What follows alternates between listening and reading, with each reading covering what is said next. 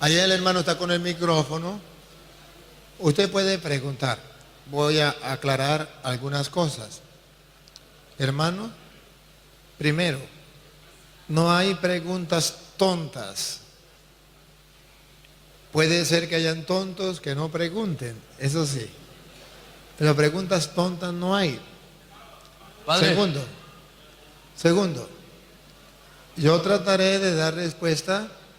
A lo mejor no voy a profundizar mucho, pero sí voy a tratar de dar respuesta tratando de que quede claro sin profundizar mucho y seguimos adelante. Bueno, comenzamos pues. Buenas tardes, padre. Acá. Buenas tardes. Buenas tardes. Padre, le quiero leer una cita bíblica para dar respuesta, ¿no es cierto?, a los hermanos separados. Es sobre la Eucaristía.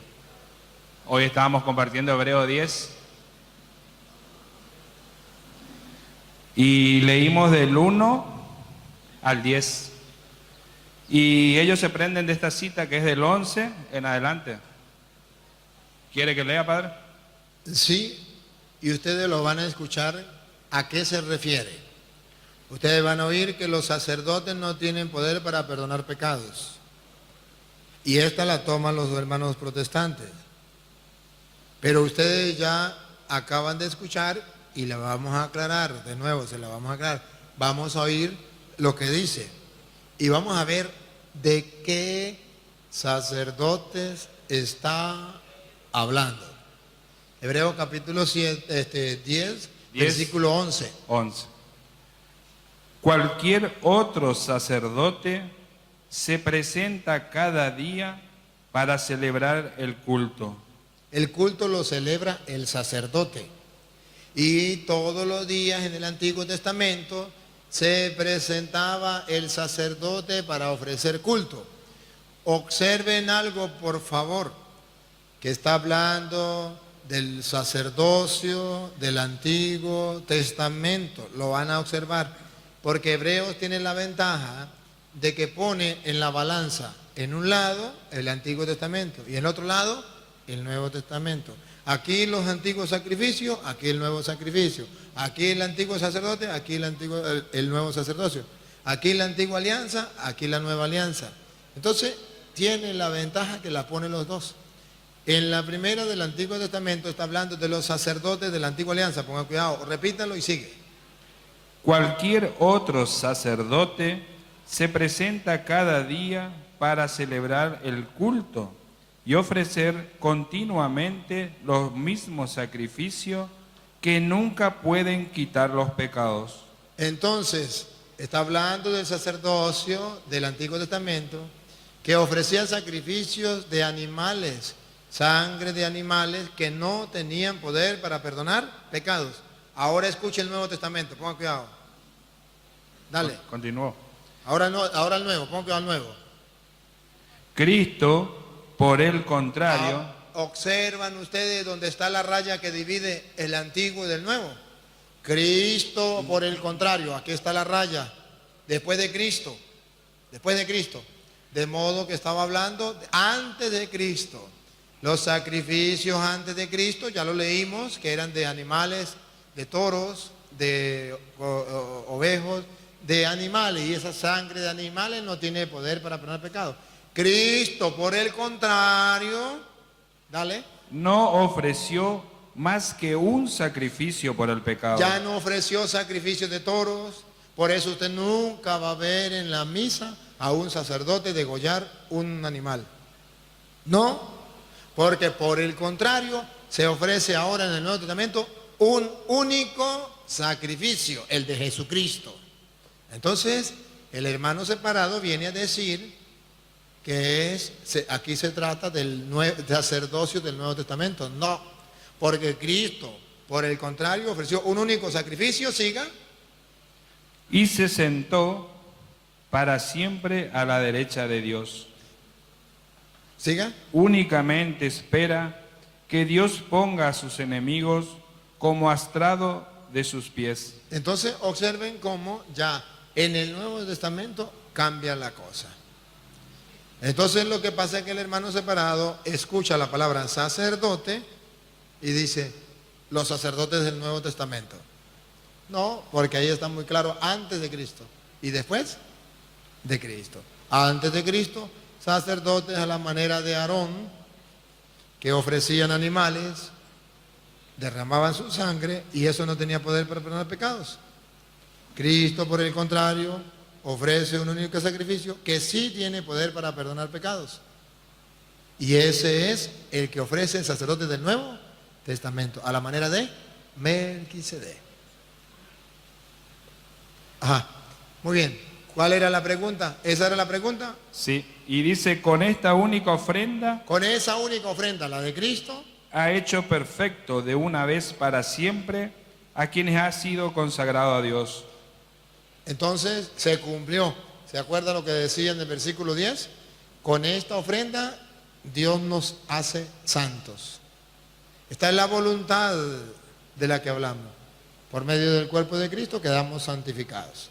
Entonces ya, esa ofrenda sí nos perdona los pecados. En el Nuevo Testamento ya no hay más sacrificio. Por eso usted ve que los sacerdotes no van a ofrecer otro sacrificio. Es el único. Es el mismo sacrificio de Cristo. Cuando en el Antiguo Testamento, hoy mataban un animal, hacían un sacrificio. Mañana otro animal, otro sacrificio. Pasó mañana otro animal, otro sacrificio. Con Cristo, un solo sacrificio. El del cuerpo y la sangre de Cristo. Por eso cuando la gente le dice, por ejemplo, los protestantes le dicen a los católicos, es que los curas estudian tanto y siempre lo mismo, y son tan tapados que siempre repiten la misa igualitico y no la cambia. Claro, no es que es el único y definitivo sacrificio que no puede cambiarse jamás. La misa no se puede cambiar jamás. Es el único sacrificio y el sacerdote va a ofrecer el mismo sacrificio de Cristo para siempre. No hay más sacrificios. En el Antiguo Testamento eran muchos los sacrificios. En el Nuevo Testamento uno solo. Ese es el culto de la nueva alianza. Bueno, otra preguntita, pues.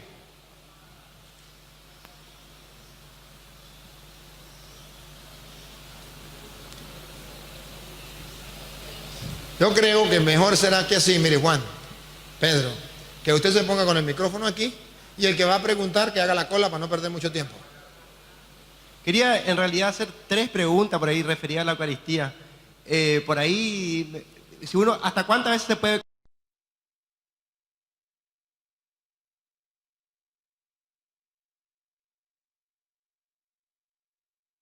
¿Es conveniente comulgar? Y no, si yo ya comulgué a la mañana, a la tarde voy, participo y no comulgo. ¿Qué usted piensa de eso? Si usted va a la Santa Eucaristía y vive en la Santa Eucaristía atento desde que comienza hasta que termina y cree que ahí está el cuerpo de Cristo, puede comulgar. Si usted va al mediodía, vive la Eucaristía atento desde que comienza hasta que termina y cree que ahí está el cuerpo de Cristo, puede comulgar. Y si usted va en la noche a la misa, está atento, no distraído ni hablando, y cree que ahí está el cuerpo y la sangre de Cristo, puede comulgar. Pero si usted va a la misa, aunque sea una vez, y no está atento, está distraído, y no cree que ahí está el cuerpo y la sangre de Cristo, no debe comulgar. Ahora, si usted va a la misa en la mañana y vivió la Eucaristía, y usted va a la segunda misa y no está viviendo la Eucaristía, no comulgue. Si la vive, puede comulgar 2 veces o 3 veces, las veces que la viva, que esté atento, que no esté distraído. Y otra cosa también dice que el ayuno 1 hora antes, dice, por ejemplo, dice que había que prepararse. ¿Hay algo bíblico que dice eso o la iglesia nomás manda 1 hora? No hay algo bíblico que lo diga, sino que se hace simplemente para diferenciar la comida material con la comida espiritual.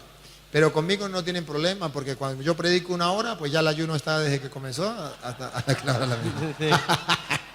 Y otra última pregunta, ¿qué pasa cuando, por ejemplo, al ministro se le cae la Eucaristía cuando está repartiendo? ¿Qué pasa? ¿Tiene que juntar, poner el copón o juntar y comulgar? Depende. Debe recibirla, agarrarla y echarla en un vasito con agua para que se disuelva. Y después tirarla a una mata, o también la puede consumir si quiere.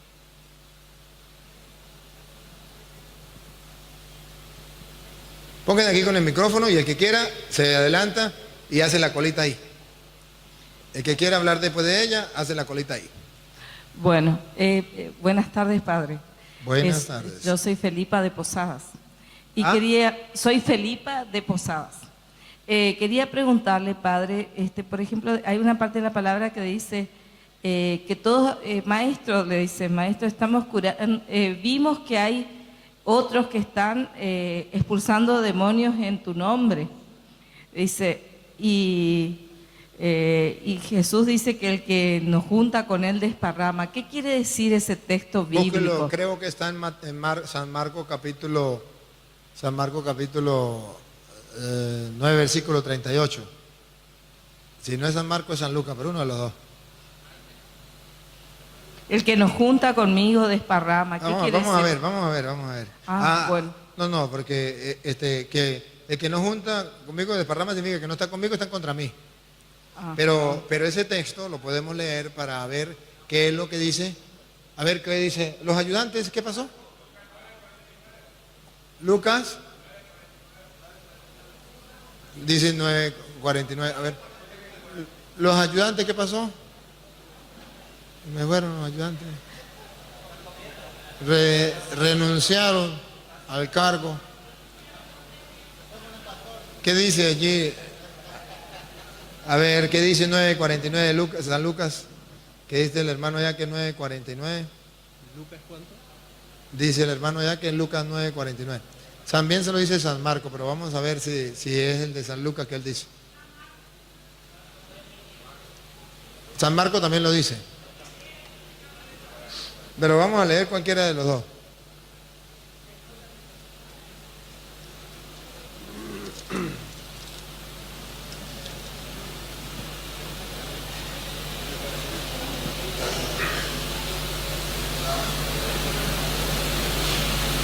Juan, dirigiéndose a Jesús, le dijo: Maestro, hemos visto a unos que expulsaban demonios en tu nombre y tratamos de impedírselo. Escuche, esto es lo que muchos católicos dicen, ¿ve? Miren lo que Jesús, pongan cuidado en lo que Jesús responde. A ver. Porque no es de los nuestros. Pero Jesús les dijo: no se los impidan, porque el que no está... No se lo impidan. Entonces Jesús le dijo, no se lo impidan. Hasta aquí el católico lo lee. Y esto lo utilizan los hermanos separados para decirle al católico, ve, Jesucristo le dijo a los apóstoles, no se lo impidan. ¿Por qué? Dice, bueno, si está predicando en el nombre del Señor, si expulsa demonios en el nombre del Señor, no se le impida. Pero no son de los nuestros, no son católicos, no importa, eso es lo mismo, no se lo impidan. Y entonces el católico dice, ay, si es verdad. Lo mismo que decía el pastor esta mañana, eso es lo mismo. Con tal y prediquen a Jesús, eso no hay ningún problema. Pero no lee lo que viene, pongan cuidado lo que viene. La explicación es lo que viene, pongan la lupa. Porque el que no está contra ustedes... Otra vez, lea lo mejor que lo leyó mal. ¿Cómo? Léalo de nuevo porque lo leyó mal. Pero Jesús les dijo, no se lo impida, porque el que no está contra ustedes... El que no está contra ustedes... Está con ustedes. Está con ustedes. A ver, pónganle la lupa a esa frase. Repítalo de nuevo. Pero Jesús le dijo, no se lo impidan, porque el que no está contra ustedes... El que no está contra ustedes. No hay que impedírselo. ¿A quién? Al que no está contra ustedes. Si viene un hermano separado que está en contra de nosotros, a ese sí hay que impedírselo. El que no está en contra de ustedes, no se lo impidan. Porque él está, si no está en contra, está a favor de ustedes. Los hermanos separados están en contra. Dicen, no vayan a la Eucaristía, están en contra. No se confiesen con un hombre pecador, están en contra. El Papa es la bestia, están en contra. La Iglesia es la gran prostituta, están en contra. María no es virgen, está en contra. No hay que bautizar a los niños, están en contra. No hay que tener imágenes, están en contra. O sea, están en contra de nosotros. Incluso algunos llegan al extremo de decir, los católicos todos van para el infierno, son unos idólatras. Están en contra. Entonces Jesús dice que cuando están en contra, ese sí es un problema. Pero cuando hay una persona que predica el Evangelio, que hace milagros en el nombre del Señor Jesús y no está en contra de nosotros, no se lo impidan. Usted lo único que tiene que observar, si están en contra o no.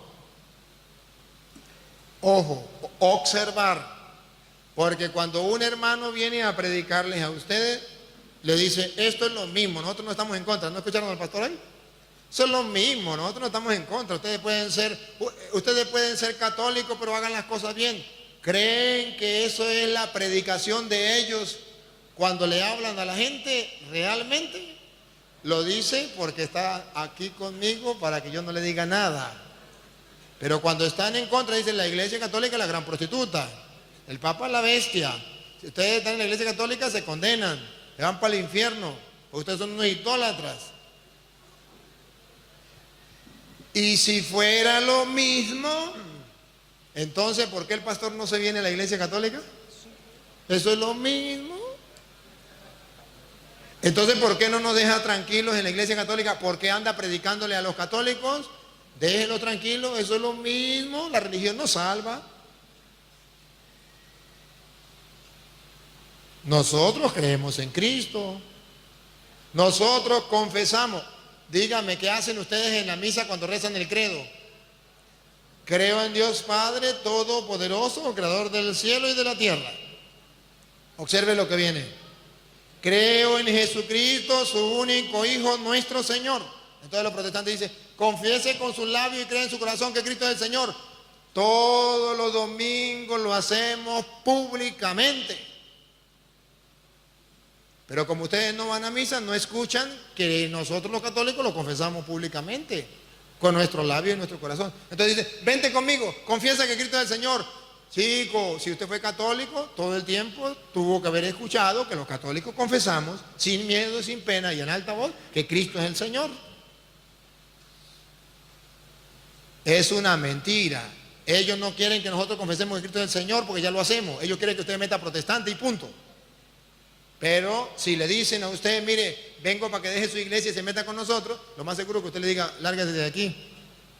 Pero si le dice, eso es lo mismo, ¿para qué dicen eso es lo mismo? Para desarmarlo a usted. Como es lo mismo, yo agarro lo que sea. Si fuera lo mismo, escuchen, si fuera lo mismo, Jesucristo no hubiese hecho que Pablo se convierta. Si cualquier religión salva, o si ninguna religión salva, ¿por qué en Hechos capítulo 9, dice la Biblia que Jesucristo le dijo, Saulo, Saulo, ¿por qué me persigue? Y Saulo se convierte. ¿De qué se convierte Saulo? ¿Era un ladrón? No. ¿Era un homosexual? No. ¿No creía en Dios? Sí creía en Dios. ¿Tenía la Biblia? Sí tenía la Biblia, conocía hasta entonces. ¿Tenía fe? Era fariseo, tenía mucha fe. ¿Es que se convierte? Dejó una religión y se metió a otra religión. Dejó la religión judía, que creía en Dios.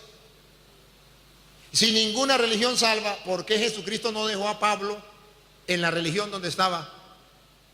¿Que se salve en la religión judía? De todas maneras, el mismo Dios, es la misma Biblia. Es más, Cristo venía de la religión judía. Déjelo tranquilo ahí.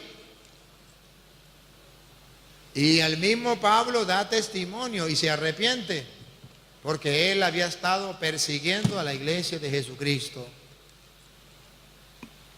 Y Pablo, por ejemplo, en 1 Corintios capítulo 15, versículo 8, San Pablo demuestra que no es lo mismo cualquier religión, que sí, la religión es importante, que la religión sí sirve para nuestra salvación. Pero cuando un hermano separado dice la religión no salva a nadie ni sirve para nada, es para engañarte, es para desarmarte. Y después que esté desarmado, ahora sí es mío. Primera de Corintios capítulo 15, versículo 8 en adelante.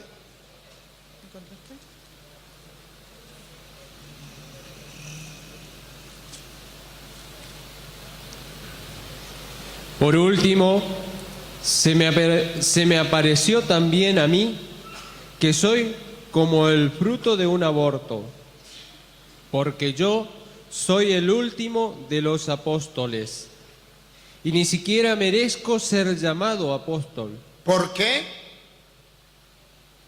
ya que he perseguido a la iglesia de Dios. Ah, Dios tiene una iglesia. Y es un pecado estar en contra de la iglesia de Dios. Ese fue el pecado de Pablo. ¿De qué se convirtió Pablo? Saulo, Saulo, ¿por qué me persigue? Pablo se convierte. Pablo perseguía, no a Cristo, perseguía a la iglesia de Cristo, lo dice él mismo. Entonces, si Pablo perseguía a la iglesia de Cristo y era un aborto indigno de llamarse apóstol por perseguir a la iglesia de Cristo, en castellano, estar en contra de la iglesia de Cristo, no estar en la iglesia de Cristo, es un pecado. Pero es que Pablo, el hermano decía, todo el que crea ya está en la iglesia. Pablo creía en Dios. Pablo creía en las Escrituras. No es eso. Debo estar en una iglesia. ¿Y por qué debo estar en una iglesia? Y el hermano decía, ninguna religión salva, ninguna iglesia salva, esas son nominaciones. Entonces, ¿por qué Pablo dice en Efesios capítulo 5, versículo 23, que sí, la iglesia es importante para la salvación? Y ustedes lo van a escuchar. Efesios capítulo 5, versículo 23. Sí, ya le voy a dar chance. No se preocupe, tenemos toda la tarde para preguntar. En cuanto a ustedes, cada uno debe amar. En cuanto a ustedes, cada uno debe amar a su mujer como a sí mismo, y la esposa debe respetar a su marido. Siga, si está leyendo el 23, siga. Empieza el 6. ¿Ah? Yo le dije Efesios 5, 23. 23. Que está después del 22 y antes del Sí. 24. Porque el varón es la cabeza de la mujer, Ajá. como Cristo es la cabeza y el Salvador de la iglesia. Cabeza y Salvador de la iglesia. De modo que la iglesia es importante para la salvación. Si yo no estoy en la iglesia de Jesucristo, ¿cómo me salvo? Porque Él es cabeza y Salvador de la iglesia. Entonces yo tengo que estar en la iglesia de Cristo porque Él es su Salvador.